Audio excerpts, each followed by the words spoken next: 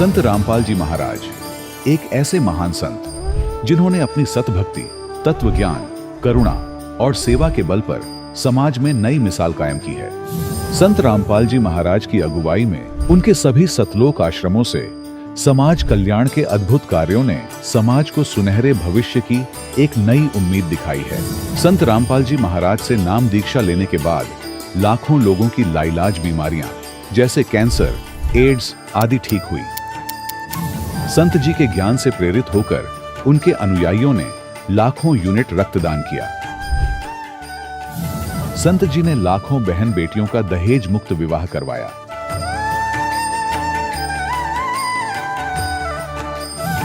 संत जी ने लाखों लोगों का नशा छुड़वाया, करोड़ों उजड़े परिवार बसे। संत जी के आश्रमों में समागम के दौरान निःशुल्क नेत्र चिकित्सा, दंत चिकित्सा प्रदान की जाती है। संत रामपाल जी महाराज द्वारा समय समय पर पर्यावरण संरक्षण के उद्देश्य से बड़े स्तर पर वृक्षारोपण किया जाता है। संत जी ने जरूरतमंदों को तत्काल राहत पहुंचाने के लिए एम्बुलेंस सेवा शुरू की। संत जी अपने अनुयायियों को देहदान के लिए प्रेरित करते हैं, जिससे मानवता की सेवा और चिकित्सा क्षेत्र में सुधार हो सके। संत रामपाल जी महाराज के सभी आश्रमों में हर रोज निःशुल्क भंडारा आयोजित किया जाता है, जहां हर वर्ग, हर जाति और हर धर्म के लोग एक साथ बैठकर भोजन करते हैं।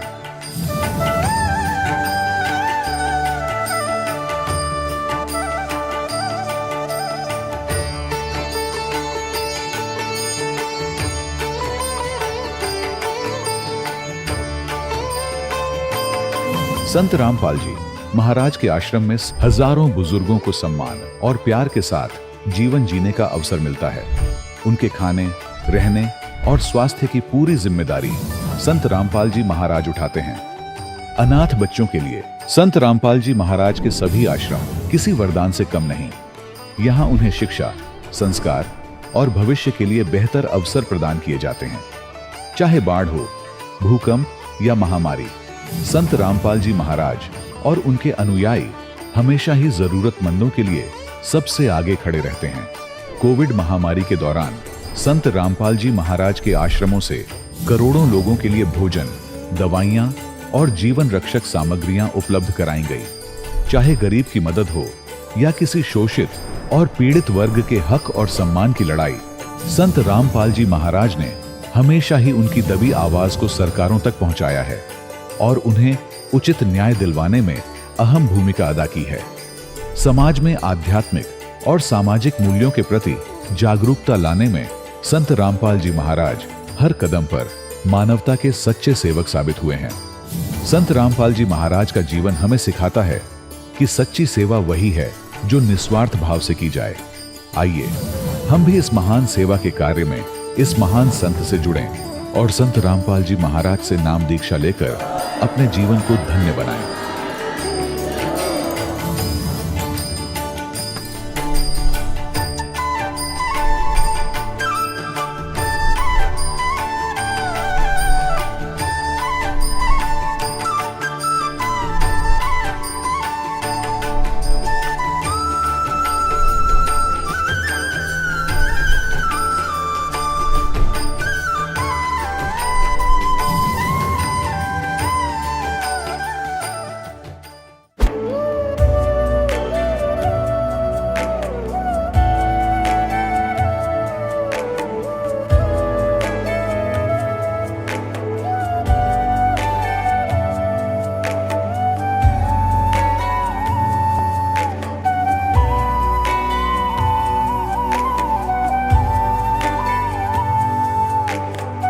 पूर्ण परमात्मा पाप कर्म दंड को भी काट सकता है। अभी तक जिस भी संत व महापुरुष से मिले, उन्होंने यही बताया कि पाप कर्म फल भोगने से ही समाप्त होगा। वो प्रभु कौन है जो पाप कर्म को काट देता है, वो काल के बंधन से छुड़वा देता है। उसका क्या नाम है, पूजा की विधि क्या है? कृपया अवश्य सुनिए जगत गुरु तत्वदर्शी संत रामपाल जी महाराज के अमृत वचन। दर्शकों, जिंदगी में हर कोई कहता है कि बुढ़ापे में भक्ति करेंगे, लेकिन छत्तीसगढ़ की रहने वाली छोटी सी बच्ची दीकेश्वरी ने इस सोच को बदल दिया। उसकी उम्र अभी खेलने और पढ़ने की है, मगर वह परमात्मा की पूर्ण भक्ति में रम चुकी है। दीकेश्वरी ने यह साबित किया है कि भक्ति के लिए न उम्र मायने रखती है और न ही हालात। दीकेश्वरी जी के जीवन में भी कठिनाइयां कम नहीं थीं। उनके बड़े पापा ने उन्हें घर से निकाल दिया था और वह अपने नाना के घर रहने लगी। हालात ऐसे थे कि हर दिन दर्द और मायूसी से भरा हुआ था।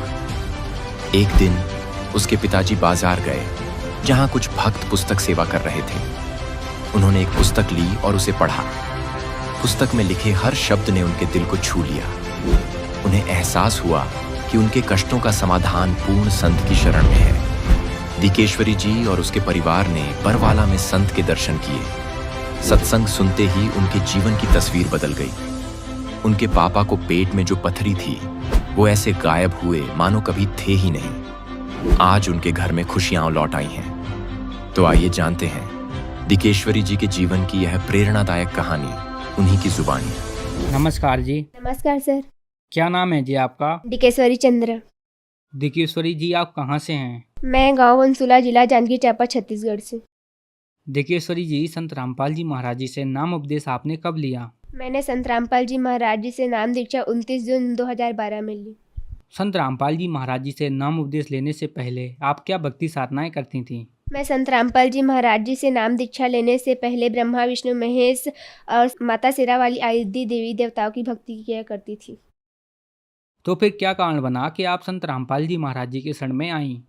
मैं ब्रह्मा विष्णु महेश आदि देवी देवताओं की भक्ति करती थी। इस भक्ति साधना करते करते हम लोग बहुत थक गए थे और उस भक्ति साधना से हम लोगों को कुछ भी लाभ नहीं हो रहा था सर जी। मेरे पापा जो थे वो पाईजान की सेवन कर लिए थे और जबकि हम लोग सभी देवी देवता की भक्ति किया कर ही रहे थे, फिर भी हम लोगों को इतना दुख हो रहा था कि हम लोग पूरा आर्थिक स्थिति कमज़ोर ही हो चुकी थी। तो फिर संत रामपाल जी महाराज जी के बारे में आपको कैसे पता चला? क्या है ना सर जी है कि हम लोग मेरे बड़े पापा जो थे ना, वो हम लोगों को घर से निकाल दिए थे। तो हम लोग हमारे मामा के यहाँ जाकर रहा करते थे। तो पापा जो है एक बार बाज़ार गए आम गांव के, तो वहाँ कुछ लोग थे, वो संत रामपाल जी महाराज जी के पुस्तक प्रचार कर रहे थे बाज़ार में लेकर के। तो मेरे पापा जो है ज्ञान गंगा पुस्तक लिए, ज्ञान को समझा और बोला मैं संत रामपाल जी महाराज जी के शरण में जाना चाहता हूँ। तो हम लोग बोले क्यों? तो मैं उनको ज्ञान को समझ चुका हूँ और उनसे नाम दीक्षा लेकर भक्ति करना चाहता हूँ। तो हम लोग बोले कि हम लोग भी जाएंगे। तो बोले चलो जाएंगे। फिर वहाँ हम लोगों ने संत रामपाल जी महाराज जी से नाम दीक्षा लिए, फिर घर आ गए। जैसे कि आपने बताया कि आप लोग बहुत परेशान थे, तो क्या संत रामपाल जी महाराज जी से नाम उपदेश लेने के बाद आपको कोई लाभ भी मिले? हाँ सर, हम लोगों को संत रामपाल जी महाराज जी से नाम दीक्षा लेने से बहुत से सारे लाभ मिले। मैं सबसे पहले अपना लाभ बताना चाहूँगी। हम लोग संत रामपाल जी महाराज जी के आश्रम गए हुए थे सत्संग सुनने। वहाँ 6-7 दिनों का सत्संग हो रहा था। तो उसी बीच मेरे को बहुत से एकदम ज़्यादा तबीयत ख़राब हो गई और सर्दी भी बहुत थी और मुझे उस टाइम सर्दी भी बहुत रहा करती थी। तो मैं एकदम मेरा शरीर पूरा शून्य हो गया था और मैं बेहोश हो गई थी। तो मेरे माता जी थे, वो रोने लगे कि क्या हम तो संत रामपाल जी महाराज जी के शरण में आए और मेरी बेटी को क्या हो गया। तो वहाँ के भक्त मतियों ने बताया कि संत रामपाल जी महाराज जी है, उससे आप मन ही मन प्रार्थना करते रहो, वो सब ठीक कर देंगे। तो मेरे माता जी है, वो संत रामपाल जी महाराज जी के सामने जा कर के रोने लगी। फिर मैं धीरे धीरे ठीक होने लगी। तो माता जी ने मेरे को खाना वाना खिलाया, मैं एकदम स्वस्थ हो गई। और दूसरा लाभ, मेरे माता जी की जो हाथ थी ना, वो हाथ वो पूरा पतला होने लगी अपने आप, पता नहीं कैसे पतला होने लगी। तो पापा ने उसको डॉक्टर के पास ले जाकर बोला। तो डॉक्टर ने चेकअप किया तो बोले कि इसका तो ऑपरेशन करना पड़ेगा, तो उसमें बहुत से खर्चे आ जाएंगे, 10-15 हज़ार ऐसे कुछ बोले। तो हम लोग तो ठीक है कहकर घर चले गए। फिर हम लोगों ने संत रामपाल जी महाराज जी से अरदास लगाई।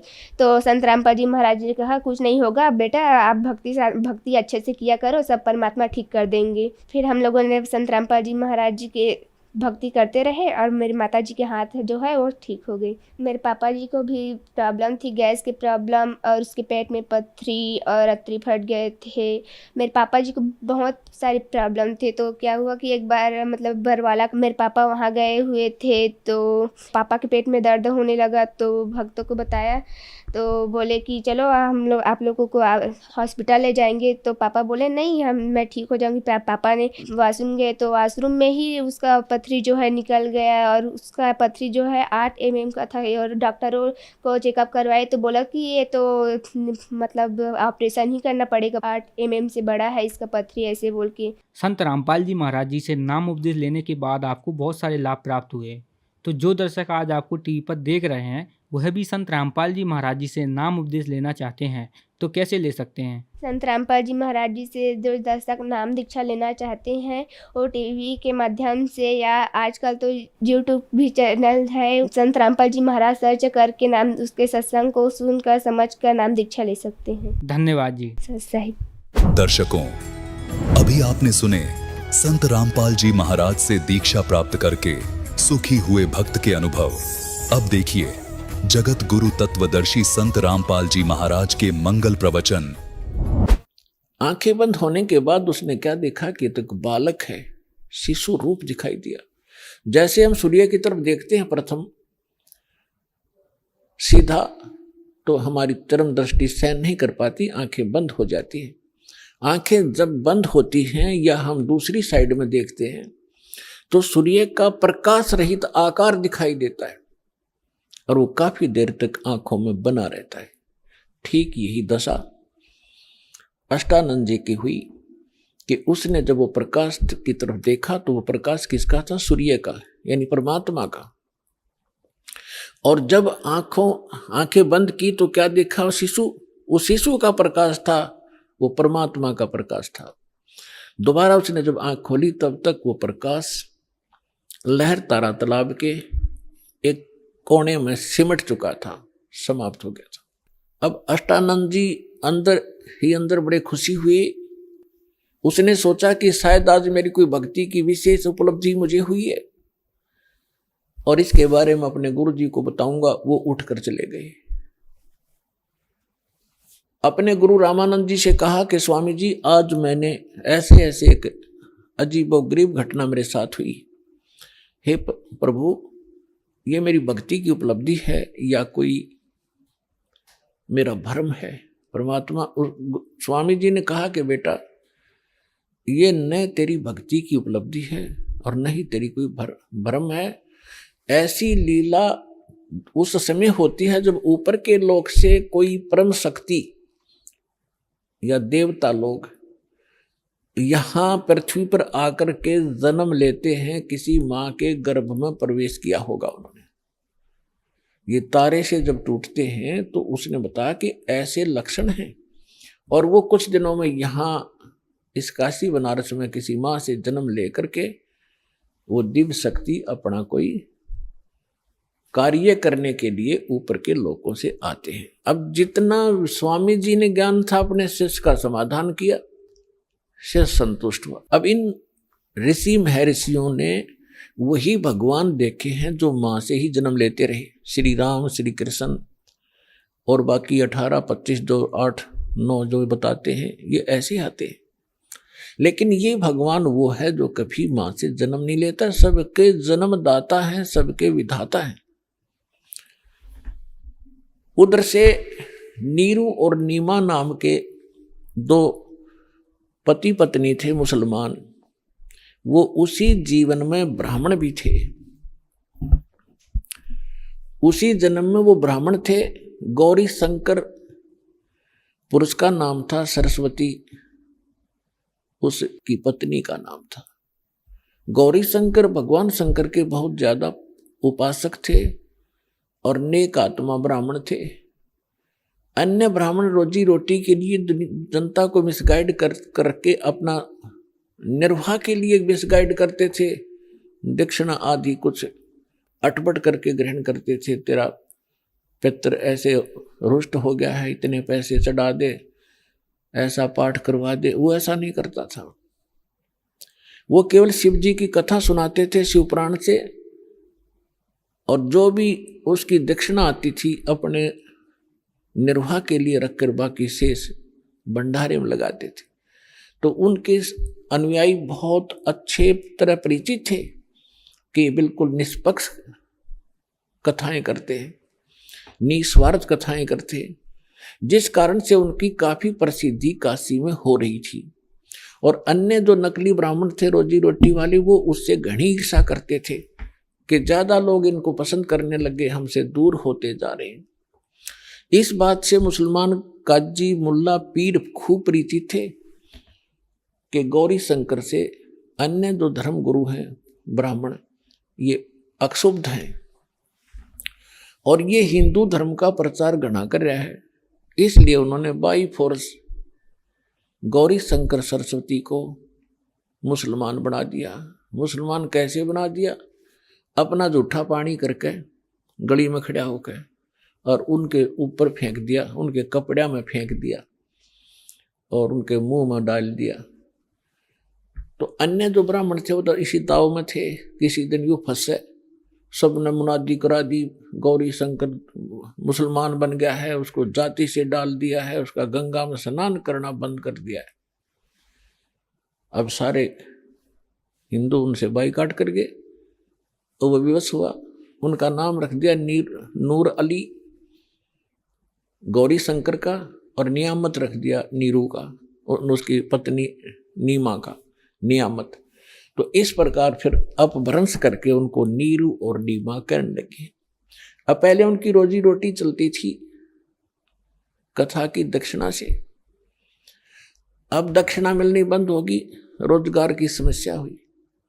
उन्होंने एक सिंपल सा काम जिसमें कोई पैसा नहीं लगना था, ऐसा काम शुरू कर दिया कपड़ा बुनने का, और समय के बीत जाने पर उनको जुलाहा कहने लगे। नीरू नीमा निसंतान थे, उनका कोई संतान नहीं थी। 60-62 साल की उम्र उनकी हो चुकी थी।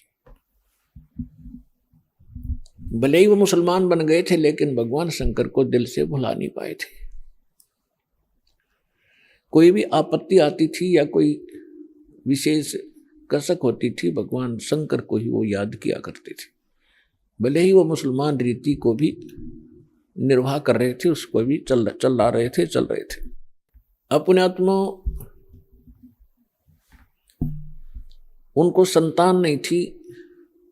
अब जो उस समय एक ऐसी धारणा समाज में फैला रखी थी नकली ब्राह्मण गुरुओं ने कि जिसके संतान नहीं वो सबसे निकम्मी आत्मा है, उसकी सुबह सुबह दर्शन भी नहीं होने चाहिए।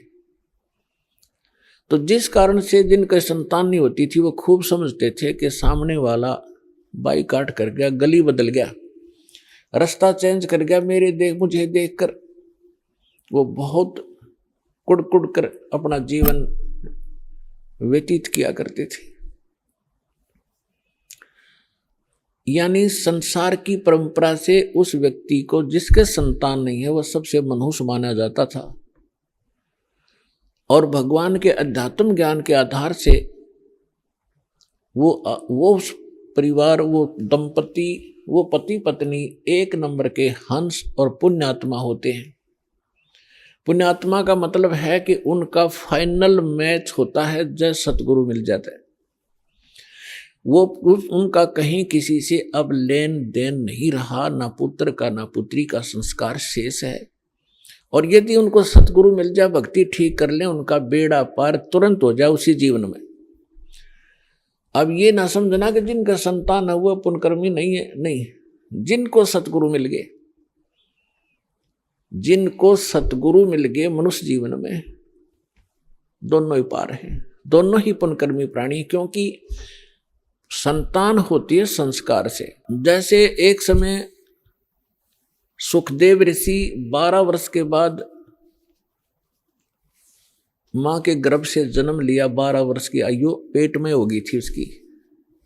पुण्यात्मा, ये कुछ आध्यात्मिक ऐसे पॉइंट होते हैं जो वर्तमान के इन वैज्ञानिकों का गला उतरे नहीं, पर लेकिन गले ना उतरे तो बेशक, लेकिन वह बात झूठ नहीं हो सकती। 12 वर्ष की आयु का जब मां के गर्भ से बाहर आया, आते ही उठकर चल पड़ा। व्यास जी का पुत्र था, व्यास जी की पत्नी से उसका जन्म हुआ था। तो व्यास जी इंतजार करते थे, विद्वान पुरुष थे, ये कोई अच्छी आत्मा है जो 12 वर्ष तक माँ के गर्भ में, माँ को मालूम भी नहीं, इतना कोई पीड़ा नहीं हो रही है। इस आशा से उसने कहा कि बेटा लेकिन सुखदेव ऋषि ने पीछे मुड़कर नहीं देखा, अपने पिता की शक्ल भी नहीं देखी। चलते चलते कह रहा है कि पिताजी कि हे ऋषि जी, व्यास जी कह रहे हैं कि रे पुत्र, मैंने तेरी 12 वर्ष इंतजार करी, मुझे अपना शकलता दिखा दे। एक वह वो पुत्र मोह में घना वश हो रहा था। तो ऋषि जी कहते हैं, चलते चलते सुखदेव कहते हैं कि ऋषि जी, ना जाने कितनी बार तू मेरा बाप हो लिया और ना जाने कितनी बार मैं तेरा बाप हो गया। ये बहुत बूढ़ी बीमारी है, इबका मैं अपना पीछा छुटवाऊंगा और मैं ना देखूं तेरी और कहीं मेरी ममता तेरे में फंस ना जा।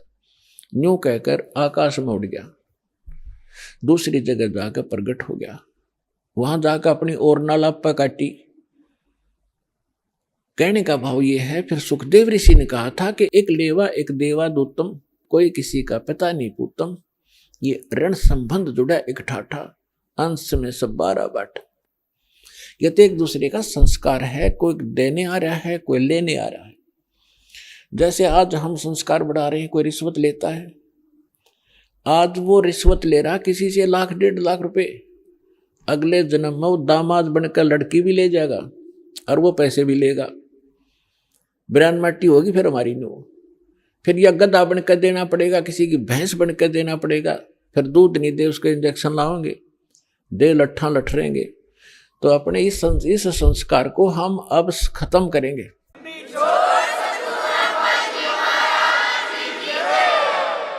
तो इस विष को हम तभी तक खा रहे हैं जब तक हमें ये विष दिखाई नहीं देता, हम पहचानने योग्य नहीं थे।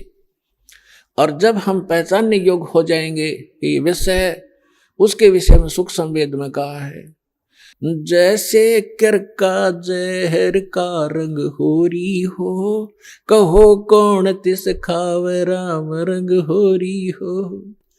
जैसे कण पड़ा हो किस विष का, और ये पता हो ये विष का कण है, कहते कौन छुएगा उसको, खान की तो बहुत दूर बात, हाथ भी ना लावे, किसी और कपड़े तो पकड़ेगा और कितनी पता नहीं मिट्टी में दबा का होगा, कहीं और भी ना खा ले। और परमात्मा की भक्ति करने से ही सुख होगा, होरी माने खुशी होगी। तो नीरू निम्मा को भगवान ने, उनके कोई संतान नहीं थी, और कि इसलिए पुण्यात्मा थी, भगवान आ गया गोदी में। अब समाज को भगत का और जगत का सदा से विरोध रहा है, मतभेद रहा वैचारिक, और जिस कारण से इनकी खींचातान बनी रही तो बनी रहो, क्योंकि भगत को ज्ञान हो जाता भक्ति का और जगत को ज्ञान होता अपनी ही परंपराओं का, वो उन्हीं को उत्तम मान रहे होते हैं, इसलिए विरोध करते हैं भक्तों का। ये तो जाकर लंबे पड़े वहां पर, ये पता नहीं कैसे करे हैं, ये मुसलमान रहे ना हिंदू, मतलब इस तरह की वो बातें करते हैं। करने दो, हम अपने इस ज्ञान के आधार से आगे बढ़ते रहेंगे, एक दिन पूरा विश्व स्वीकार करेगा ये ऐसा गजब का मार्ग है और इसी से सुख है।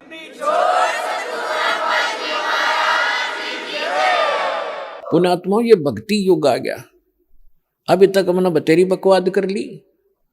एक बार दास गोवा के अंदर गया हुआ था। गोवा एक स्टेट है समुद्र के किनारे, वहां दूसरे देश को हम विकसित देश मानते हैं, इस इंग्लैंड इटली और अमेरिका के। वहां समुद्र के किनारे एक एक लंगोट में स्त्री और पुरुष वहां लेट रेते में, और हम वहां सत्संग किया था हमने गोवा में, और हम चले गए घूमने के लिए। तो उनको देख रहे और वो भी अच्छे ना लगे, पड़े भी वह बेटी के बाप। तो वहां बता रहे थे कि ये क्या कहते हैं, क्यों हो हमें यहाँ आकर शांति मिलती है, और ये बड़े वहां सेठ हैं, बड़ी बड़ी कोठियां हैं, इनकी कार है बड़ी बड़ी, कलम देखो इनकी शांति। तय उस रेत में तो कोठी शर्म मारोगे जहां अशांति है, क्या करोगे और कट्ठी और कारों की आग अंगारे इकट्ठे कर रहे हैं और उसको विकास मानते हैं और उसको अपना बड़ी महिमा मानते हैं, और शांति मिल रेत में। तो आज से 50 वर्ष पीछे झांको, आपके दादे परदादे कैसे रहा करते थे, उस रेत में रहा करते थे, झोंपड़ियों में रहा करते थे, और कितना शांत जीवन जीते थे। कितना उनके चेहरे पर शांति और कितनी खुशी रहती थी। अंत में आपने उड़े टेकना पड़ेगा।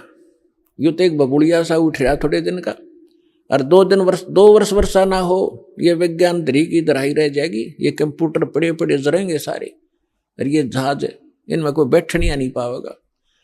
भगवान को प्रसन्न करना पड़ेगा इस संसार के अंदर। कुछ दिन सुख से जीना चाहते हो, और परमात्मा प्रसन्न हो गए, सारे ठाठ कर दे, समय पर वर्षा होने लग जाएगी, सब दुख दूर हो जाएंगे, प्राकृतिक आपदाएं टल जाएंगी, भक्ति करेंगे। ये भक्ति युग है, और भगत के लिए बकवाद नहीं चलेंगी। बकवाद करके भक्ति नहीं हो सकती। तो इन सब बकवादों को त्यागना होगा और भक्ति की राह पर हमने लगना होगा, तभी हम मोक्ष प्राप्त करेंगे। नहीं तो बहुत बुरा भयंकर समय आ जाएगा आने वाले समय।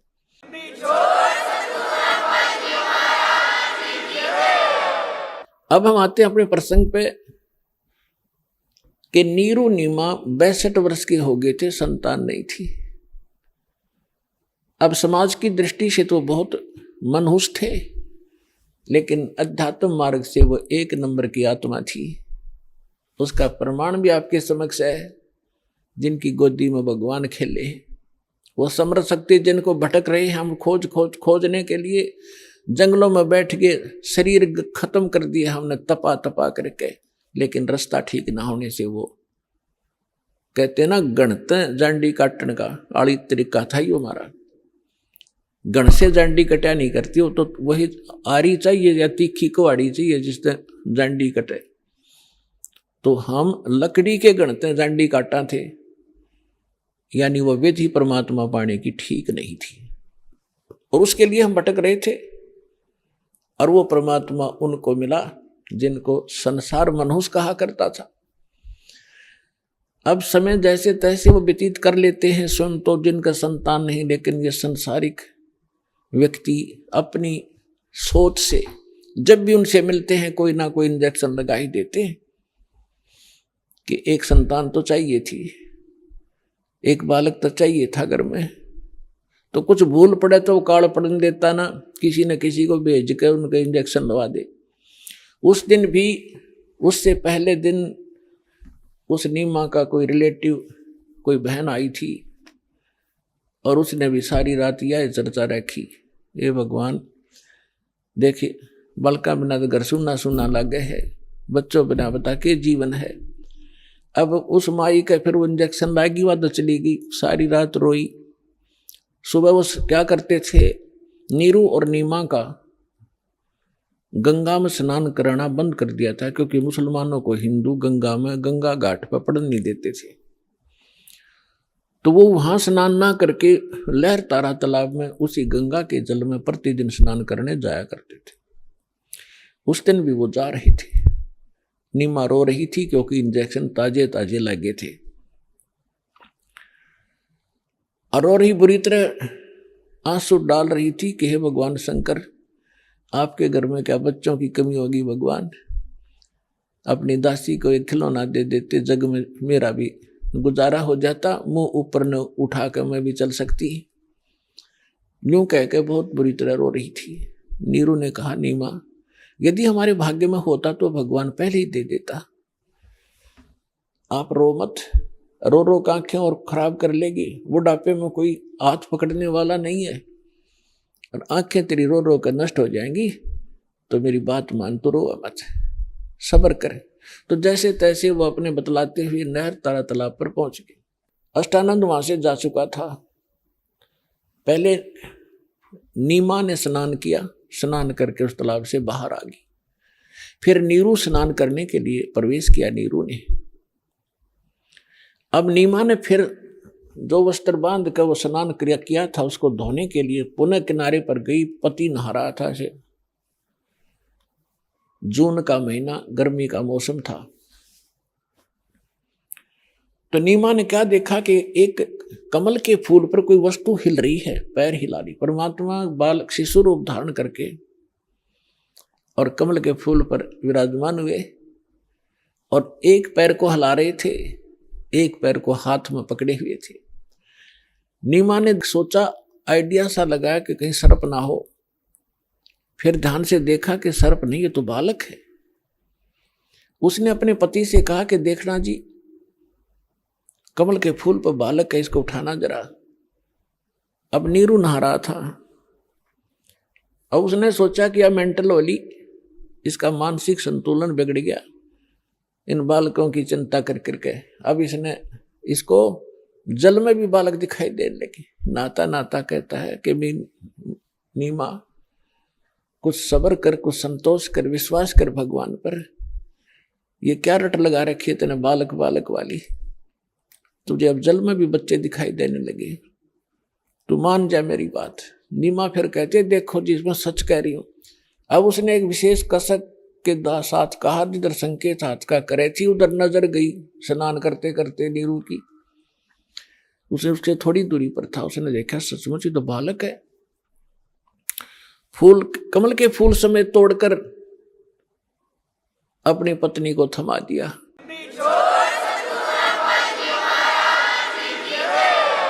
जिस परमात्मा के लिए हम भटक रहे, जिसकी चर्चा करने से भी रोम रोम करना जाते हैं,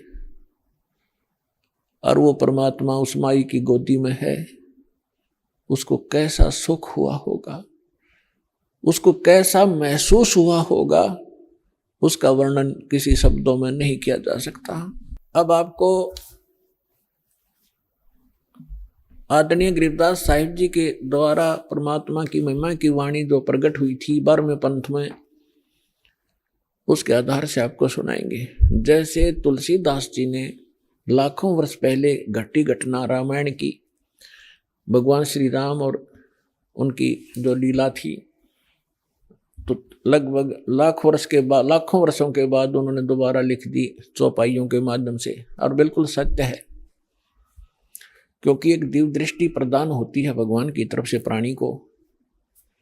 उसके आधार से वो पहले हो रही घटना चलचित्र की तरह देख सकता है। प्रत्येक प्राणी के अंतःकरण में ये सब के अंदर डिपॉजिट है, जितनी भी घटना घट रही है इस ब्रह्मांड के अंदर।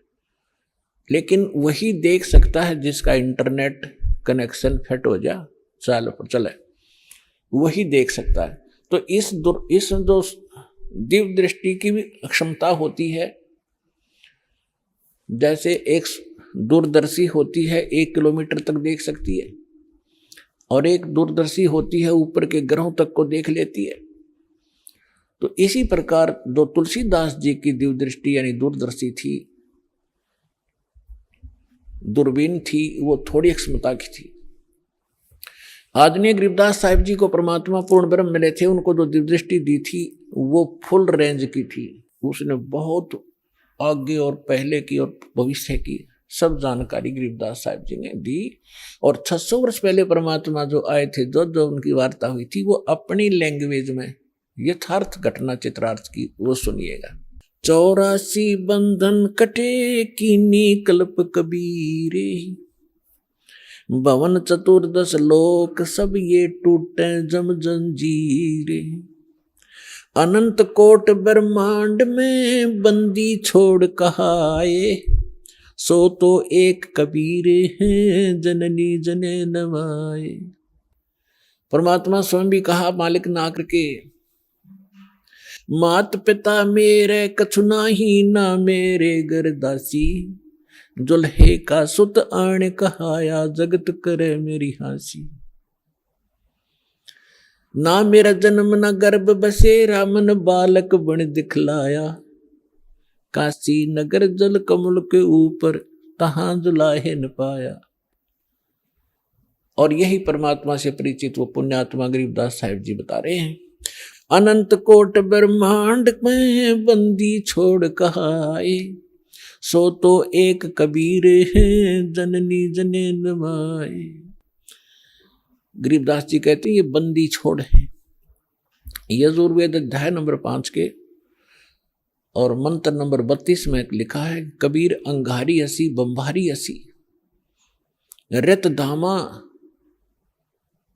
असी। रत धाम माने सतलोक का मालिक, और बमभारी माने बंधनों का शत्रु, बंधनों का नाश करने वाला बंदी छोड़। अंगहारी माने पापों का नाशक, पापों का शत्रु। ये कबीर परमात्मा है और वो सतलोक का मालिक है। तो यहाँ स्वयं परमात्मा भी कहते हैं, बंदी छोड़ हमारा नामम, अजर अमर है अस्थिर ठामम। अमर करूं सतलोक पठाऊं, तात बंदी छोड़ कहूं। यहाँ गरीबदास जी भी कह रहे हैं, अंत कोट ब्रह्मंड में बंदी छोड़ कहाए, सो तो एक कबीर है जननी जने नमाए। शब्द स्वरूपी साहेब धनी, शब्द से अंद सब माही, बाहर भीतर रम रहा जहां तहां सब ठाई। जल थल पृथ्वी गगन में, बाहर भीतर एक, पूर्ण ब्रह्म कबीर हैं ये अवगत पुरुष अलेख। सेवक होके उतरे इस पृथ्वी के माही, जीव उदाहरण जगत गुरु, बार बार बलि जाही। अब वो महापुरुष गरीबदास साहिब जी जिनको भगवान मिले थे, सचखंड लेकर गए थे, फिर वापस छोड़ा था। परमात्मा को आंखों देखकर उनसे प्राप्त दिव्य दृष्टि और ज्ञान योग खुल जाने के उपरांत क्या कह रहे हैं कि सेवक होकर उतरे। उतरे माने वहां से चलकर आए, अवतरित हुए इस पृथ्वी के माही, दास बनकर आए, एक दुल्हा बनकर हमें दिखाया कि यदि तुमने मुक्ति चाहिए, इनकी यहाँ की बकवादों को देखकर अपने मूल उद्देश्य को भूलो मत। ये दिखाया परमात्मा ने कि मेरे से निर्धन तुम नहीं हो सकते। और मैं सत भक्ति करता था भगवान पर विश्वास करके, दिखाया करते थे हमें, वो खुद रिहर्सल कर रहे थे एक हमें समझाने के लिए। और फिर परमात्मा कहते हैं कि मेरे ऊपर एक ऐसी आपत्ति डाल दी थी इन लोगों ने, झूठी चिट्ठी लिख दी थी कि कबीर भंडारा करेगा। 18 लाख व्यक्ति आगे थे, ये साधु संत, और परमात्मा ने 18 लाख व्यक्तियों को, एक झोपड़ी में बैठे व्यक्ति, जनता की नजर में वो व्यक्ति थे, धानक और गरीब दुल्हा शूद्र थे। और अब पता चला, क्या चला, वो तो मालिक थे, लाल थे, पूरी सृष्टि के पालनहार थे। 18 लाख व्यक्तियों को 3 दिन तक मोहन भोजन खिला दिए, 36 व्यंजन खिलाए, लाडू, कचौड़ी, सेब, संतरे, काजू, किशमिश, जो भी जिसने जो खाद्य पदार्थ थी, और दही बड़े। 18 लाख व्यक्तियों को 3 दिन भोजन कराना, कलजा फट जा, राजा हिल जा देश का। और एक झोपड़ी में बैठा गरीब व्यक्ति और इतना भोजन करा रहा, साथ में फिर दोहर दे रहा प्रत्येक खाने के उपरांत, जैसा कि चिट्ठी में उन दुष्टों ने लिख दिया था वो भी पालन कर रहे हैं। और साथ में एक असरफी सोने की, स्वर्ण की मोहर दे रहे हैं, जो 10 ग्राम सोना, और वो भी दे रहे थे। तो परमात्मा यही सिद्ध करना चाहते थे कि तुम यहां भक्ति करो केवल, और फिर मैं देखूंगा तुम्हारे सारे व्यवसाय को। देखो, माता पिता को बच्चों की सब चिंता रहती है कि अब इसको किस चीज की आवश्यकता है। गर्मी आती है तो गर्मियों के कपड़े, सर्दी आती है तो सर्दियों के कपड़े, समय पर भोजन व्यवस्था सारा कुछ करते हैं। तो आप उसके बालक बन गए इस दीक्षा के लेने के बाद, आपका पुनर्जन्म हुआ है इसी जीवन में। जिस दिन सतगुरु भेंटिया, ता दिन लेख जान, बाकी समय गंवा दिया बिना गुरु के ज्ञान। जब तक गुरु से उपदेश नहीं मिलते तब तक आपका जीवन, मनुष्य शरीर होते हुए मनुष्य का जीवन नहीं जी रहे थे। हम तो अन्य पशु पक्षियों जैसे ही क्रियाओं में व्यस्त थे। और जिस दिन से सद्गुरु मिलते हैं हमारी सब क्रियाओं में परिवर्तन होता है, हमारा आध्यात्मिक जन्म होता है। तो आप उस परमात्मा के वचन के पुत्र हो गए हो, पुत्री हो गई हो। अब उसको चिंता रहेगी अगर आप विश्वास के साथ मर्यादा में रहकर परमात्मा की भक्ति करते रहोगे। कबीर साहब कहते हैं, कल्पे कारण कौन है, तू कर सेवा निकाम। और मन इच्छा फल दूंगा जब पड़े मेरे मेरे ते काम। जब मेरे सतर का काम होगा ना, जब देखना मेरे रंग। अपने आत्मा कितना धनी या कितना उच्च पोस्ट प्राप्त प्राणी हो, चाहे प्रधानमंत्री हो, उसका लड़का जा रहा है कि कार में एक्सीडेंट में मर गया, तो वो समर्थता के काम आई उसकी। और भगवान के साथ प्रधानमंत्री भी भगवान की भक्ति कर रहा होता और बेटा भी कर रहा होता, तो वहां धनी का काम था वहां पर बचाने का। जीव नहीं बचा सकता चाहे कितना महिमावान हो। तो यहां कहते हैं कल्पे कारण कौन है, क्यों चिंतित रहता है तू, कर सेवा निकाम, निष्काम भाव से भक्ति कर मेरी, और मन इच्छा फल दूंगा जब पड़े मेरे ते काम। तो परमात्मा पर विश्वास करके भक्ति करो। अब गरीबदास जी कह रहे हैं सेवक हो के उतरे, यानी दास बनकर आए भगवान इस पृथ्वी के माही। उद्देश्य क्या लेकर आए, जीव उदाहरण जगत गुरु, बार बार बलि जाऊं मैं। कि जीव उदाहरण के लिए वो जगत गुरु, सारी सृष्टि को सच्चा ज्ञान देने वाले, वो जगत गुरु इसका नाम होता है। ये नकली जगत गुरु का पता नहीं है, जगत गुरु लिख रहे हैं, तत्वदर्शी लिख, ये सब डुप्लीकेट हैं सारे के सारे। अज्ञानी प्राणी है जिनको कह भी पता नहीं अध्यात्म मार्ग का। उन आत्माओं देखो, परमात्मा की दया बिना सच्चाई ना तो कही जा सकती और ना स्वीकार हो सकती।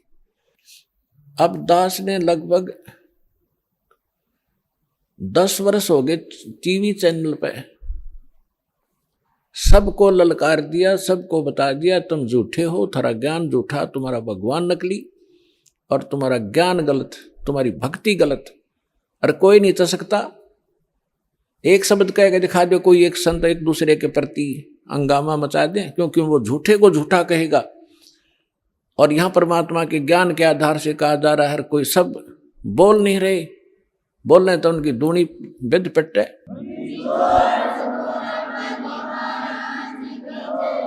तो ये परमात्मा की दया है बच्चों, आप तक यो ज्ञान पहुंच पाया। ये दास जाने या भगवान जाने या मेरे साथ उस समय से लग रहे ये आपके भाई बहन इस संघर्ष से वो परिचित हैं, कैसे संघर्ष करके आप तक इस सत्र में पहुंचे। जेल तक भेज दिया झूठे केस बना के नकली लोगों ने, लेकिन परमात्मा कहते हैं। अभी आपने सुने संत रामपाल जी महाराज के मंगल प्रवचन। आइए अब सुनते हैं संत रामपाल जी महाराज से नाम दीक्षा लेकर सतभक्ति करके अद्भुत लाभ प्राप्त करने वाले अनुयायी के विचार। नमस्कार। सत साहिब जी। ਕੀ ਨਾਮ ਹੈ ਜੀ ਤੁਹਾਡਾ? ਮੇਰਾ ਨਾਮ ਮਨੋਹਰ ਦਾਸ ਹੈ ਜੀ। ਮਨੋਹਰ ਜੀ ਕਿੱਥੋਂ ਆਏ ਹੋ ਤੁਸੀਂ? ਜ਼ਿਲ੍ਹਾ ਨਵਾਂ ਸ਼ਹਿਰ ਤੋਂ ਜੀ। ਮਨੋਹਰ ਜੀ, ਸੰਤ ਰਾਮਪਾਲ ਜੀ ਮਹਾਰਾਜ ਜੀ ਦੀ ਸ਼ਰਨ ਵਿੱਚ ਆਉਣ ਤੋਂ ਪਹਿਲਾਂ ਤੁਸੀਂ ਕੀ ਭਗਤੀ ਸਾਧਨਾ ਕਰਦੇ ਸੀ? ਸੰਤ ਰਾਮਪਾਲ ਜੀ ਮਹਾਰਾਜ ਜੀ ਦੀ ਸ਼ਰਨ ਆਉਣ ਤੋਂ ਪਹਿਲਾਂ ਜੀ ਅਸੀਂ ਮਾਤਾ ਸ਼ੇਰਾਂ ਵਾਲੀ ਜਿਸ ਤਰ੍ਹਾਂ ਜਾਗਰਣ ਕਰਨਾ, ਜਗਰਾਤੇ ਕਰਨੇ, ਇਸ ਤਰ੍ਹਾਂ ਦੀ ਪੂਜਾ ਕਰਿਆ ਕਰਦੇ ਸੀਗੇ ਜੀ। ਸਾਰੇ ਦੇਵੀ ਦੇਵਤਿਆਂ ਦੀ ਪੂਜਾ ਕਰਦੇ ਸੀ ਅਤੇ ਹਰ ਮਹੀਨੇ ਜਗਰਾਤਾ ਕਰਾਉਂਦੇ ਸੀ ਮਾਤਾ ਦਾ, ਇਹੀ ਪੂਜਾ ਕਰਦੇ ਸੀਗੇ ਜੀ। ਉਸ ਤੋਂ ਬਾਅਦ ਸਾਡੇ ਮੇਰੇ ਬੜਾ ਸੀ ਭਰਾ ਮੇਰੇ ਤੋਂ, ਉਹ ਲੁਧਿਆਣੇ ਰਹਿੰਦਾ ਸੀ। ਉਹਨੂੰ ਕੋਈ ਭਗਤ ਮਿਲਿਆ ਨੂਰਮਹਿਲ ਵਾਲਾ, ਕਹਿੰਦੇ ਵੀ ਨੂਰਮਹਿਲ ਤੋਂ ਨਾਮ ਲੈ ਲਓ, ਵੀ ਕੋਈ ਆਸ਼ੂਤੋਸ਼ ਮਹਾਰਾਜ ਜੀ ਆ, ਵੀ ਸਾਡੇ ਅੰਦਰ ਉਹ ਜੋਤ ਦਿਖਾਉਂਦੇ ਆ, ਵੀ ਉੱਥੋਂ ਨਾਮ ਲਓ ਤੁਸੀਂ। ਅਤੇ ਸਤਨਾਮ ਦੀ ਹਾਲਤ ਦਾ ਉਸਨੂੰ ਪਤਾ ਸੀਗਾ ਵੀ ਇਹ ਕਿੰਨਾ ਪਰੇਸ਼ਾਨ ਰਹਿੰਦਾ ਆ, ਵੀ ਤੁਸੀਂ ਉੱਥੋਂ ਨਾਮ ਲੈ ਲਓ। ਇਹ ਸਾਡੇ ਸਤਨਾਮ ਜੀ ਸਾਡੇ ਵੱਡੇ ਬ੍ਰਦਰ ਉੱਥੋਂ ਨਾਮ ਲੈ ਕੇ ਆ ਗਏ। ਨਾਮ ਲੈ ਕੇ ਸਿੱਧੇ ਘਰ ਆਏ, ਮੈਨੂੰ ਕਹਿੰਦੇ ਸਾਰਿਆਂ ਨੂੰ ਕਹਿੰਦੇ ਵੀ ਅਸੀਂ ਤਾਂ ਨੂਰਮਹਿਲ ਤੋਂ ਨਾਮ ਲਿਆ ਮੈਂ ਹੁਣ, ਵੀ ਉੱਥੇ ਨਾ ਕੋਈ ਆਸ਼ੂਤੋਸ਼ ਮਹਾਰਾਜ ਜੀ ਆ, ਸਾਡੇ ਅੰਦਰ ਜੋਤ ਦਿਖਾਉਂਦੇ ਆ ਅਤੇ ਬਹੁਤ ਵਧੀਆ ਉੱਥੇ ਸਿਸਟਮ ਆ, ਬਹੁਤ ਸੰਗਤ ਆਉਂਦੀ ਆ, ਵੀ ਤੁਸੀਂ ਵੀ ਉੱਥੇ ਚਲੋ। ਇਹਨੇ ਗੱਡੀ ਕਰਾਈ, ਗੱਡੀ ਕਰਾ ਕੇ ਸਾਨੂੰ ਸਾਰਿਆਂ ਨੂੰ ਉੱਥੇ ਨੂਰਮਹਿਲ ਲੈ ਗਏ ਜੀ। ਅਸੀਂ ਕਾਫੀ ਟਾਈਮ ਜਾਂਦੇ ਰਹੇ ਜੀ। ਹੌਲੀ ਹੌਲੀ ਅਸੀਂ ਉੱਥੋਂ ਨਾਮ ਲੈ ਲਿਆ ਜੀ। 1997 ਵਿੱਚ ਉੱਥੇ ਗਏ ਜੀ ਅਸੀਂ। 1997 ਵਿੱਚ ਹੀ ਨਾਮ ਲੈ ਲਿਆ ਸੀ। ਉੱਥੋਂ ਨਾਮ ਲੈਣ ਤੋਂ ਬਾਅਦ ਉਹਨਾਂ ਦੇ ਸਤਸੰਗ ਅਸੀਂ ਸੁਣਦੇ ਰਹੇ, ਕਰਦੇ ਰਹੇ। ਅਤੇ ਥੋੜ੍ਹਾ ਸਮਾਂ ਹੋਇਆ ਕਿ ਇੱਕ ਪ੍ਰੋਗਰਾਮ ਆਇਆ ਉੱਥੇ, ਜਿਹਨੂੰ ਉਹ ਗੁਰਪੂਜਾ ਦਾ ਨਾਂ ਲੈਂਦੇ ਸੀ। ਉਸ ਪ੍ਰੋਗਰਾਮ 'ਤੇ ਮੈਂ ਗਿਆ ਔਰ ਉਸ ਪ੍ਰੋਗਰਾਮ 'ਤੇ ਉੱਥੇ ਜਾ ਕੇ ਸੇਵਾ ਕੀਤੀ। ਮੇਰਾ ਕੰਮ ਇਸ ਤਰ੍ਹਾਂ ਹਲਵਾਈ ਦਾ, ਮੈਂ ਭੰਡਾਰੇ 'ਚ ਉੱਥੇ ਲੰਗਰ ਬਣਾਉਂਦਾ ਸੀਗਾ ਜੀ। ਮੈਂ ਉੱਥੇ ਕੰਮ ਕੀਤਾ, ਮੈਂ ਮੁੜ ਕੇ ਉੱਥੋਂ ਆਇਆ ਹੀ ਨਹੀਂ। 1 ਹਫ਼ਤਾ ਲੱਗ ਗਿਆ, 2 ਹਫ਼ਤੇ, ਮਹੀਨਾ, ਸਾਲ ਬੀਤ ਗਿਆ ਮੈਨੂੰ। ਯਾਨੀ ਕਿ ਮੈਨੂੰ ਉੱਥੇ 9 ਸਾਲ ਹੋ ਗਏ ਜੀ ਸੇਵਾ ਕਰਦੇ ਨੂੰ, ਮੈਂ ਉੱਥੇ ਹੀ ਰਿਹਾ।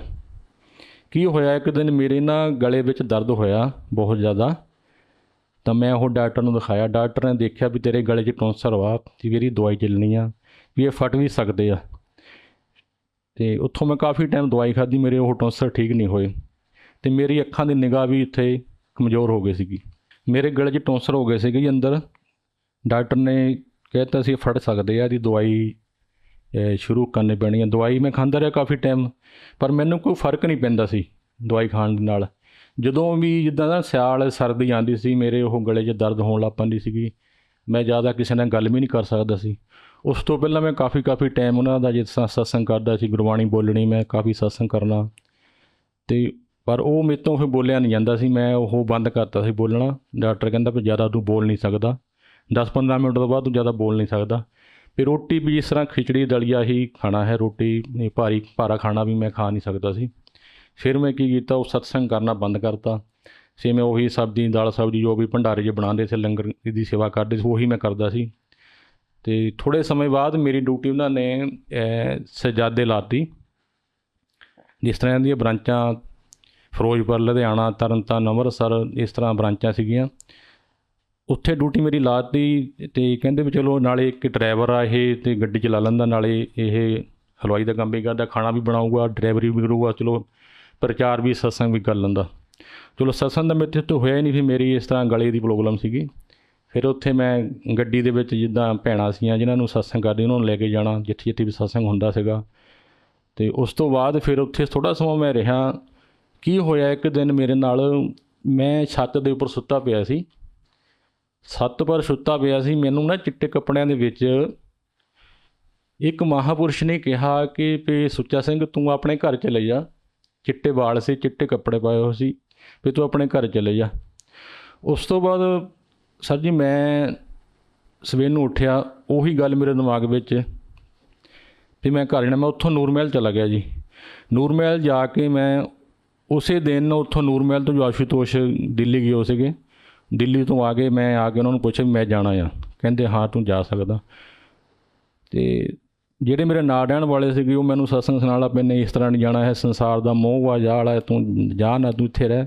ਮੈਂ ਕਰਦੇ ਨੇ ਸਾਲ ਲਿਖਾਤਾ ਜੀ। ਫਿਰ ਮੈਂ ਗਿਆ ਹੀ ਨਹੀਂ। ਥੋੜ੍ਹੇ ਸਮੇਂ ਬਾਅਦ ਫਿਰ ਮੇਰਾ ਛੋਟਾ ਬ੍ਰਦਰ ਸੀਗਾ, ਉਹਦਾ ਵਿਆਹ ਸ਼ਾਦੀ ਆਈ, ਮੈਂ ਉੱਥੇ ਸ਼ਾਦੀ 'ਤੇ ਪੁੱਛ ਕੇ ਚਲਾ ਗਿਆ ਜੀ। ਜਦੋਂ ਚਲਾ ਗਿਆ ਜੀ, ਉਸ ਤੋਂ ਬਾਅਦ ਫਿਰ ਮੈਂ ਵਾਪਸ ਨਹੀਂ ਗਿਆ, ਦੁਬਾਰਾ ਵਾਪਸ ਨਹੀਂ ਗਿਆ। ਫਿਰ ਮੈਂ ਮਨੋਹਰ ਜੀ, ਤੁਸੀਂ ਲੰਬਾ ਸਮਾਂ ਦਿਵ ਜੋਤੀ ਜਾਗਰਤੀ ਸੰਸਥਾਨ ਦੇ ਨਾਲ ਜੁੜੇ ਰਹੇ, ਨੂਰ ਮਹਿਲ ਡੇਰੇ ਦੇ ਅੰਦਰ ਵੀ ਤੁਸੀਂ ਸੇਵਾ ਕਰਦੇ ਰਹੇ।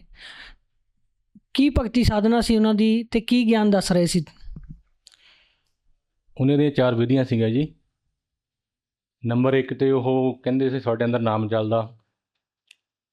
ਨੰਬਰ 2 'ਤੇ ਤੁਹਾਡੇ ਅੰਦਰ ਕਹਿੰਦੇ ਇੱਕ ਅੰਮ੍ਰਿਤ ਤੁਹਾਨੂੰ ਮਿਲਦਾ ਹੈ ਜੀ। ਨੰਬਰ 3 'ਤੇ ਕਹਿੰਦੇ ਤੁਹਾਡੇ ਅੰਦਰ ਇੱਕ ਜੋਤ ਆ ਜੀ। ਨੰਬਰ 4 'ਤੇ ਆਨੰਦ ਬਾਣੀ ਚੱਲਦੀ ਹੈ ਜੀ। ਇਹ ਸੀਗੀਆਂ 4 ਵਿਧੀਆਂ ਜਿਹਨਾਂ ਦੀਆਂ ਪੂਜਾ ਭਗਤੀ ਦੀਆਂ ਜੀ। ਅਤੇ ਪਰਮਾਤਮਾ ਦਾ ਕੀ ਕੰਸੈਪਟ ਸੀ, ਕਿ ਇਹਨੂੰ ਪਰਮਾਤਮਾ ਮੰਨਦੇ ਸੀ? ਪਰਮਾਤਮਾ ਉਹ ਕਹਿੰਦੇ ਸੀ ਬਈ ਵਿਸ਼ਨੂੰ ਵਾਰ-ਵਾਰ ਅਵਤਾਰ ਧਾਰ ਕੇ ਆਉਂਦਾ, ਜਿਸ ਤਰ੍ਹਾਂ ਤ੍ਰੇਤਾ ਵਿੱਚ ਰਾਮਚੰਦਰ ਬਣ ਕੇ ਆ ਗਿਆ, ਦੁਆਪਰ ਵਿੱਚ ਕ੍ਰਿਸ਼ਨ ਬਣ ਕੇ ਆ ਗਿਆ, ਕਲਯੁਗ ਵਿੱਚ ਨਾਨਕ ਬਣ ਕੇ ਆ ਗਿਆ। ਇਸ ਤਰ੍ਹਾਂ ਉਹਨਾਂ ਦਾ ਕਹਿਣਾ ਸੀਗਾ ਜੀ। ਜਦੋਂ ਤੁਸੀਂ ਉੱਥੇ ਸਾਧਨਾ ਕਰ ਰਹੇ ਸੀ, ਡੇਰੇ ਦੇ ਅੰਦਰ ਰਹਿ ਰਹੇ ਸੀ, ਲੰਬਾ ਟਾਈਮ ਉਹ ਸਾਧਨਾ ਵੀ ਕੀਤੀ, ਫਿਰ ਸੰਤ ਰਾਮਪਾਲ ਜੀ ਮਹਾਰਾਜ ਜੀ ਦੀ ਸ਼ਰਨ ਵਿੱਚ ਕਿਸ ਤਰ੍ਹਾਂ ਆਏ? ਸੰਤ ਰਾਮਪਾਲ ਮਹਾਰਾਜ ਜੀ ਦੀ ਸ਼ਰਨ ਵਿੱਚ ਇਸ ਤਰ੍ਹਾਂ ਆਏ ਜੀ। ਮੇਰੇ ਤੋਂ ਮੇਰਾ ਵੱਡਾ ਭਰਾ ਕਿਤੇ ਜਾ ਰਿਹਾ ਸੀ, ਬੱਸ ਸਫ਼ਰ ਕਰ ਰਿਹਾ ਸੀ। ਉਹਨਾਂ ਨੂੰ ਕੋਈ ਇਨਸਾਨ ਮਿਲਿਆ ਜਿਹਨੇ ਇੱਕ ਕਿਤਾਬ ਦਿੱਤੀ ਉਹਨਾਂ ਨੂੰ ਪੜ੍ਹਨ ਲਈ, ਵੀ ਇਹ ਕਿਤਾਬ ਪੜ੍ਹੋ ਤੁਸੀਂ। ਔਰ ਉਸ ਕਿਤਾਬ ਨੂੰ ਪੜ੍ਹ ਕੇ ਘਰ ਆਏ। ਘਰ ਆਉਣ ਤੋਂ ਬਾਅਦ ਉਸ ਕਿਤਾਬ ਦੇ ਉੱਪਰ ਨੰਬਰ ਲਿਖੇ ਹੋਏ ਸੀਗੇ। ਉਸ ਨੰਬਰ 'ਤੇ ਫ਼ੋਨ ਕੀਤਾ ਵੀ ਮੈਨੂੰ ਇਹ ਗਿਆਨ ਚਾਹੀਦਾ ਸੀ, ਮੈਨੂੰ ਛੇਤੀ ਤੋਂ ਛੇਤੀ ਇਹ ਗਿਆਨ ਦਿਓ। ਅਤੇ ਉਹਨਾਂ ਨੇ ਐਡਰੈਸ ਦਿੱਤਾ ਗੜ੍ਹਸ਼ੰਕਰ ਦਾ ਜੀ, ਨਵਾਂਸ਼ਹਿਰ ਗੜ੍ਹ ਸਿੰਘ ਦਾ ਐਡਰੈਸ ਦਿੱਤਾ, ਵੀ ਨੰਬਰ ਦਿੱਤਾ, ਉੱਥੇ ਫ਼ੋਨ ਕਰੋ ਅਤੇ ਤੁਸੀਂ ਉੱਥੋਂ ਜਾ ਕੇ ਨਾਮ ਲੈ ਲਓ ਜੀ। ਫਿਰ ਉਹ ਸਾਡੇ ਬ੍ਰਦਰ ਜਿਹੜੇ ਸੀ ਬੜੇ, ਉਹਨਾਂ ਨੇ ਉੱਥੇ ਜਾ ਕੇ ਨਾਮ ਲਿਆ ਜੀ। ਉਹ ਨਾਮ ਲੈਣ ਤੋਂ ਬਾਅਦ ਫਿਰ 2-4 ਦਿਨ ਤਾਂ ਸਾਡੇ ਨਾਲ ਉਹ ਬੋਲੇ ਨਹੀਂ ਕਿਸੇ ਨਾਲ। ਥੋੜ੍ਹੇ ਦਿਨ ਬਾਅਦ ਇਹ ਗੱਲ ਕਹਿ ਰਹੇ ਸੀਗੇ ਵੀ ਮੈਨੂੰ ਜਿਹੜਾ ਗੁਰੂ ਚਾਹੀਦਾ ਸੀ ਉਹ ਮੈਨੂੰ ਮਿਲ ਗਿਆ। ਅੱਜ ਮੈਨੂੰ ਕਹਿੰਦੇ ਗੁਰੂ ਪੂਰਾ ਮਿਲ ਗਿਆ। ਮੈਂ ਕਿਹਾ ਇਸ ਤਰ੍ਹਾਂ ਹੀ ਇਹ ਗੁਰੂਆਂ ਦੇ ਕੋਲ ਜਾਂਦਾ ਰਹਿੰਦਾ ਆ, ਇਸ ਤਰ੍ਹਾਂ ਹੀ ਕਹਿੰਦਾ ਰਹਿੰਦਾ। ਮੈਨੂੰ ਅੱਜ ਪੂਰਾ ਗੁਰੂ ਮਿਲ ਗਿਆ ਵੀ ਇਹ ਗੁਰੂਆਂ ਦੇ ਕੋਲ ਜਾਣੀ ਕਿ ਬਹੁਤ ਜਾਂਦਾ ਸੀ, ਕਾਫੀ ਗੁਰੂ ਧੰਨ ਪਹਿਲਾਂ ਕੀਤੇ ਹੋਏ ਸੀ। ਵਾਰ-ਵਾਰ ਇਹੀ ਗੱਲ ਕਹਿੰਦੇ ਮੈਨੂੰ ਅੱਜ ਪੂਰਾ ਗੁਰੂ ਮਿਲ ਗਿਆ, ਫਿਰ ਤੁਸੀਂ ਵੀ ਉੱਥੋਂ ਨਾਮਦਾਨ ਲੈ ਲਓ। ਵਾਰ-ਵਾਰ ਇਹ ਗੱਲ ਰੋਜ਼ ਹੀ ਮੈਨੂੰ ਆ ਕੇ ਕਹਿਣੀ ਵੀ ਨਾਮ ਉੱਥੋਂ ਨਾਮ ਲੈ ਲਓ ਤੁਸੀਂ। ਇੱਕ ਦਿਨ ਕੀ ਹੋਇਆ ਕਿ ਮੈਂ ਕਿਹਾ ਵੀ ਵਾਰ-ਵਾਰ ਇਹ ਗੱਲ ਕਹਿ ਰਿਹਾ ਹੈ, ਚਲੋ ਜਾ ਕੇ ਦੇਖਾਂਗੇ। ਮੈਂ ਇਹ ਗੱਲ ਮਨ 'ਚ ਧਾਰੀ, ਮੈਂ ਫਿਰ ਨਹੀਂ ਗਿਆ। ਜਦੋਂ ਮੈਂ ਰਾਤ ਨੂੰ ਸੌਂ ਜਾਣਾ ਘਰ, ਮੈਨੂੰ ਉਹ ਵਾਰ-ਵਾਰ ਉਹ ਗੱਲ ਯਾਦ ਆਣੀ ਪਈ ਜਿਸ ਤਰ੍ਹਾਂ ਪਹਿਲਾਂ ਅਸੀਂ ਸਤਸੰਗ ਕਰਿਆ ਕਰਦੇ ਨੂਰ ਮਹਿਲ ਦੇ ਵਿੱਚ, ਬੋਲਿਆ ਕਰਦੇ ਸੀ ਭਾਈ ਰੇ ਭਗਤਹੀਨ ਕਾਹੇ ਜਗ ਗਾਇਆ, ਪੂਰੇ ਗੁਰੂ ਕੀ ਸੇਵਨਾ ਕਿੰਨੀ ਬੈਠਾ ਜਨਮ ਗਾਇਆ।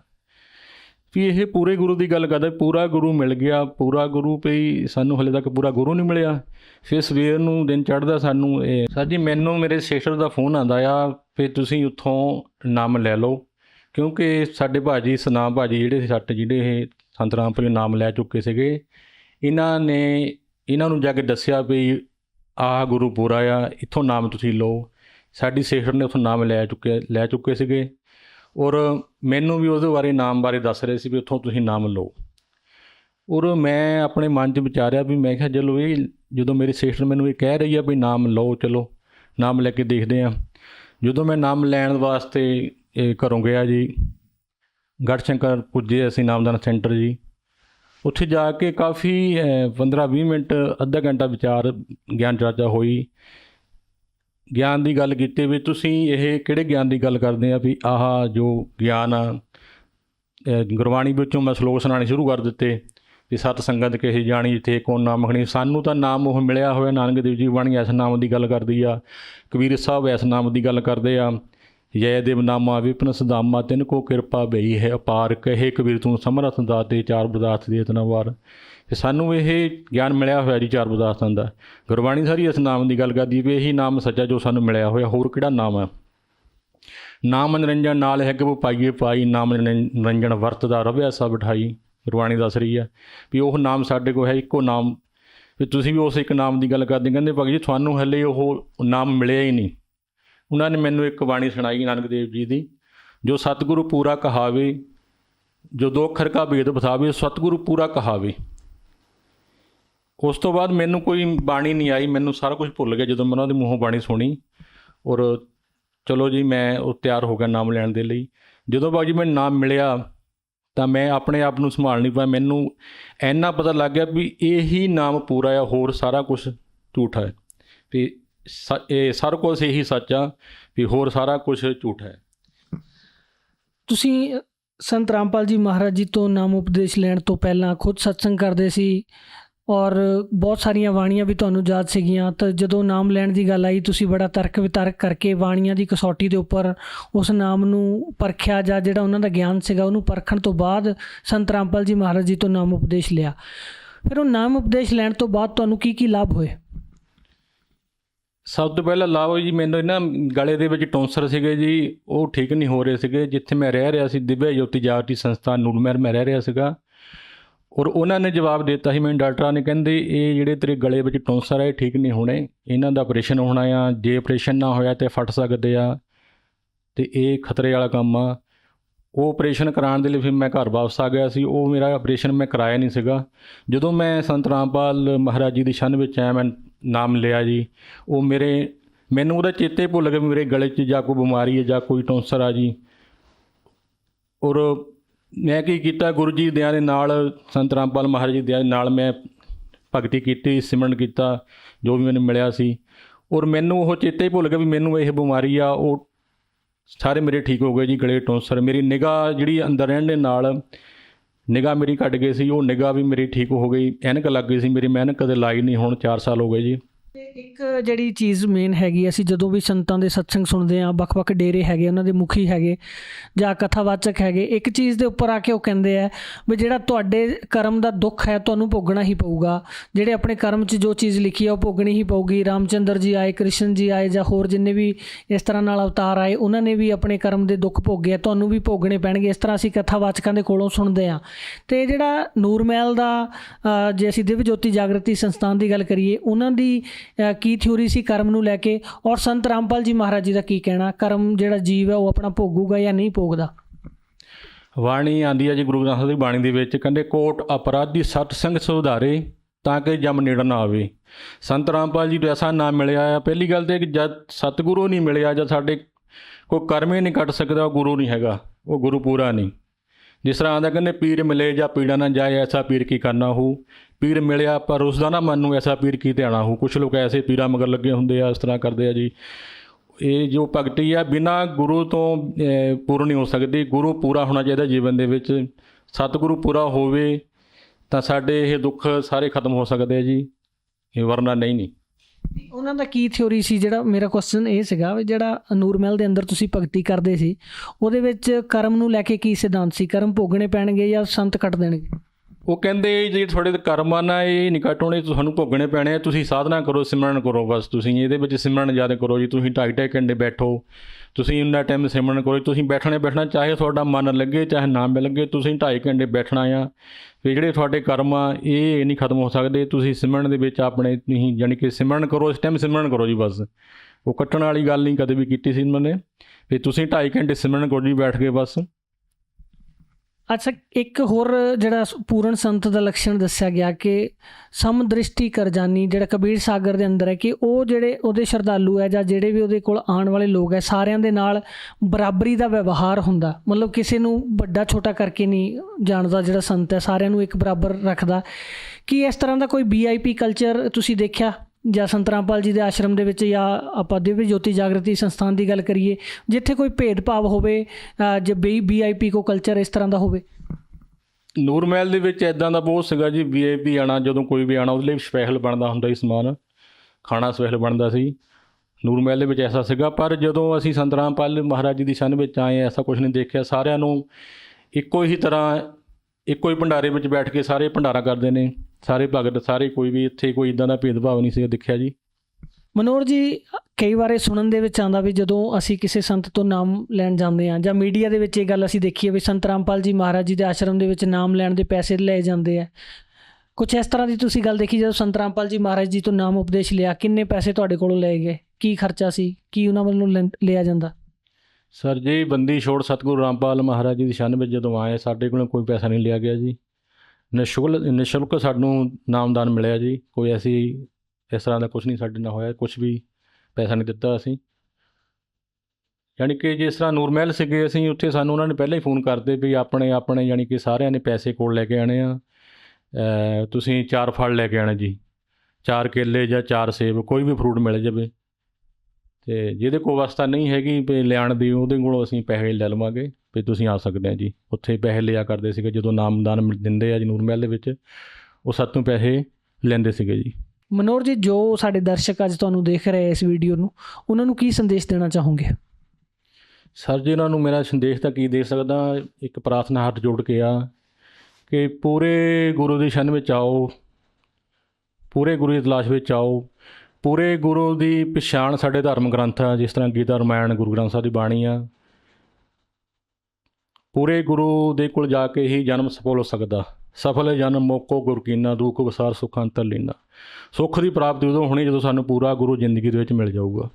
ਔਰ ਪੂਰਾ ਗੁਰੂ ਦੁਨੀਆ ਦੇ ਵਿੱਚ ਇੱਕੋ ਹੀ ਹੁੰਦਾ, ਇੱਕੋ ਸਤਿਗੁਰੂ ਜਾਗਦਾ, ਹੋਰ ਜਗ ਸੁੱਤਾ ਮੋਹ ਪਿਆਰ। ਸਤਿਗੁਰੂ ਸਿਰਫ ਇੱਕ ਹੁੰਦਾ ਆ, ਔਰ ਉਹੀ ਸਾਨੂੰ ਪਾਰ ਲਾ ਸਕਦਾ। ਉਹ ਹੈ ਸੰਤ ਰਾਮਪਾਲ ਮਹਾਰਾਜ ਜੀ। ਬੰਦੀ ਛੋੜ ਸਤਿਗੁਰੂ ਰਾਮਪਾਲ ਜੀ ਮਹਾਰਾਜ ਕੀ ਜੈ ਹੋ। ਧੰਨਵਾਦ ਜੀ। ਸਤਿ ਸਾਹਿਬ ਜੀ।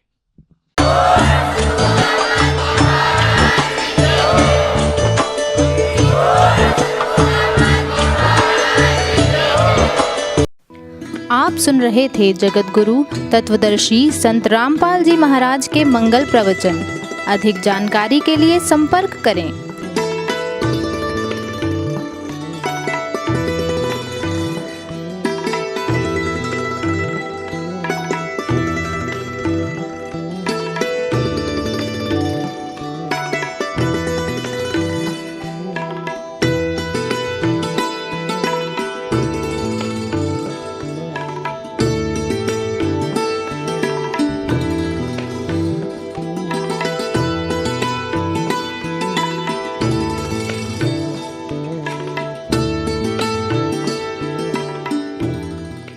जगत गुरु तत्वदर्शी संत रामपाल जी महाराज जी के पावन सानिध्य में भक्ति की अलख जगाने तथा श्रद्धालुओं को सत्य भक्ति मार्ग का रास्ता दिखाने हेतु कनाडा के लोकप्रिय channel the TV NRI channel पर जगत गुरु तत्वदर्शी संत रामपाल जी महाराज जी के मंगल प्रवचनों का प्रसारण प्रतिदिन सुबह 7:30 बजे से 8:30 बजे तक तथा रात्रि 7:30 बजे से 8:30 बजे तक किया जा रहा है। इस सत्य भक्ति मार्ग को अपनाने के लिए अधिक से अधिक सत्संग प्रसारण देखें। इस सत्संग प्रवचन का सीधा प्रसारण संत रामपाल जी महाराज लाइव सत्संग YouTube चैनल और जगत गुरु संत रामपाल जी महाराज Facebook पेज पर भी देख सकते हैं।